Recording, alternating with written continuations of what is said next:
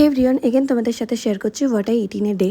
তো সরি, সকালের ক্লিপটা নেওয়া হয়নি, তাই দুপুর থেকে শুরু করছি। লাঞ্চের মধ্যে ছিল একটা শাকের প্রিপারেশন, চিংড়ি মাছ, যেটা খেতে আমার খুব ভালো লাগে। আর ওটা হচ্ছে একটা চাল কুমড়োর প্রিপারেশন, যেটা খেতেও দারুণ ছিল। আর আলু ভাজা, আর একটা এঁচোড় আর ছোলার একটা তরকারি। আর এই দেখো, এক বাটি আম নিয়ে বসেছি, কারণ গ্রামের গাছের আম প্রচুর হয়েছে, তো এক বাটি করে খাচ্ছি। আর সাথে এই সন্ধ্যাবেলা মোমো নিয়ে এসেছিলো ছোটো মাইমা, আমাকে দেখতে এসেছিলো আসলে। তার সাথে ডিম অমলেট ছিল। মোমো খেতে আমি ভালোবাসি, শ্বশুরবাড়ির সবাই জানে, তাই যেই আসে দেখা করতে আমার জন্য নিয়ে আসে। ইতিমধ্যে তৌসিফ চলে আসে চিড়ে ভাজা মাখা নিয়ে, যেটা বললে একবার ট্রাই করে দেখো। আমি বেশি খাইনি, দেখলে এত কিছু খেলাম। মাইমা মোমোর সাথে কিন্তু একটা স্প্রিং রোলও এনেছো, তা এত কিছু খাওয়া সম্ভব ছিল না, তা একবার নিয়েছিলাম।